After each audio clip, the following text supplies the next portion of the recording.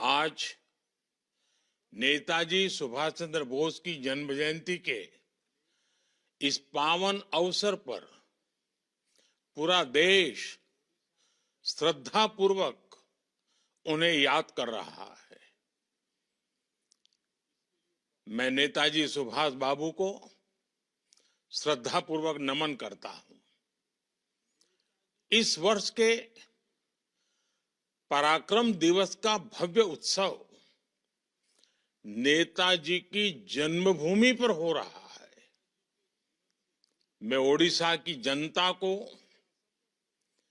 ओडिशा सरकार को इसके लिए बहुत बहुत बधाई देता हूं। कटक में नेताजी के जीवन से जुड़ी एक विशाल प्रदर्शनी भी लगाई गई है। इस प्रदर्शनी में नेताजी के जीवन से जुड़ी अनेक विरासतों को एक साथ सहेजा गया है। कई चित्रकारों ने कैनवास पर नेताजी के जीवन प्रसंग की तस्वीरें उकेरी हैं। इन सब के साथ नेताजी पर आधारित कई पुस्तकों को भी इकट्ठा किया गया है। नेताजी की जीवन यात्रा की ये सारी विरासत मेरे युवा भारत, माय भारत को एक नई ऊर्जा देगी। साथियों, आज जब हमारा देश विकसित भारत के संकल्प की सिद्धि में जुटा है, तब नेताजी सुभाष के जीवन से हमें निरंतर प्रेरणा मिलती है। नेताजी के जीवन का सबसे बड़ा लक्ष्य था आजाद हिंद। उन्होंने अपने संकल्प की सिद्धि के लिए अपने फैसले को एक ही कसौटी पर परखा, आजाद हिंद। नेताजी एक समृद्ध परिवार में जन्मे। उन्होंने सिविल सर्विसेज की परीक्षा पास की।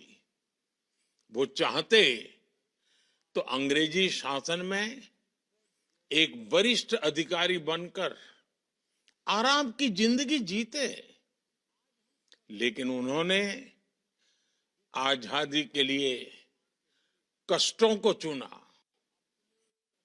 चुनौतियों को चुना, देश विदेश में भटकना पसंद किया। नेताजी सुभाष कंफर्ट जोन के बंधन में नहीं बंधे। इसी तरह आज हम सभी को विकसित भारत के निर्माण के लिए अपने कंफर्ट जोन से बाहर निकलना है। हमें खुद को ग्लोबली बेस्ट बनाना है। एक्सीलेंस को चुनना ही है। एफिशिएंसी पर फोकस करना है। साथियों, नेताजी ने देश की स्वतंत्रता के लिए आजाद हिंद फौज बनाई। इसमें देश के हर क्षेत्र, हर वर्ग के वीर और वीरांगनाएं शामिल थी।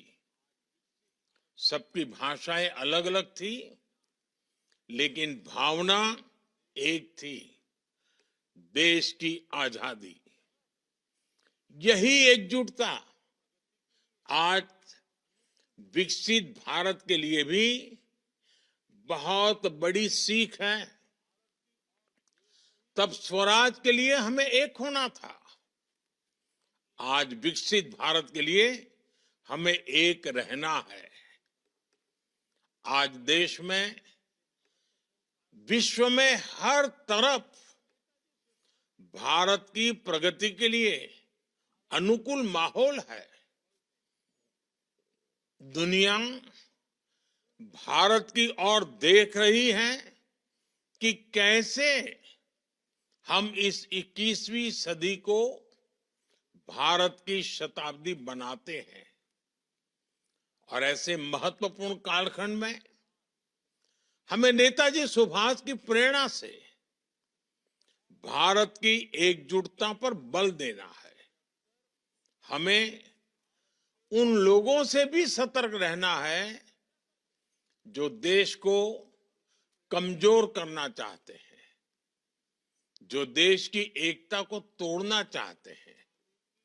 साथियों, नेताजी सुभाष भारत की विरासत पर बहुत गर्व करते थे।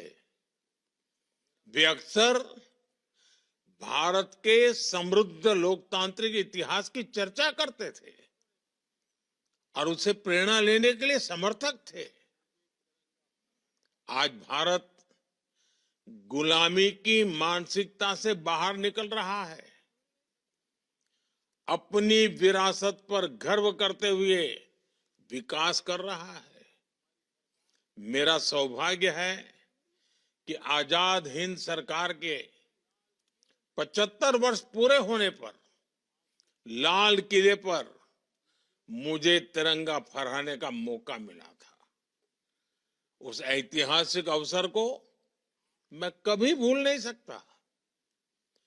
नेताजी की विरासत से प्रेरणा लेते हुए हमारी सरकार ने 2019 में दिल्ली के लाल किले में नेताजी सुभाष को समर्पित म्यूजियम का निर्माण किया।